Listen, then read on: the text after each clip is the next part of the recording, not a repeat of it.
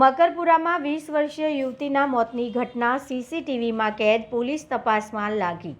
વડોદરા શહેરના મકરપુરા વિસ્તારમાં બનેલી હચમચાવી દેતી ઘટનામાં 20 વર્ષીય યુવતીએ બિલ્ડિંગની છત પરથી ઝંપલાવી જીવન ટૂંકાવ્યું હોવાની સમગ્ર ઘટના સીસીટીવી કેમેરામાં કેદ થઈ હોવાનું સામે આવ્યું છે।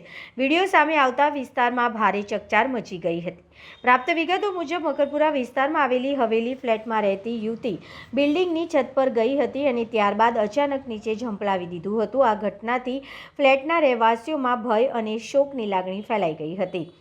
ઘટનાની જાણ થતાં જ મકરપુરા પોલીસ સ્થળ પર પહોંચી હતી અને મૃતદેહને પોસ્ટમોર્ટમ માટે મોકલી આગળની કાર્યવાહી હાથ ધરી છે। પોલીસ દ્વારા સીસીટીવી ફૂટેજના આધારે સમગ્ર ઘટનાક્રમની તપાસ કરવામાં આવી રહી છે।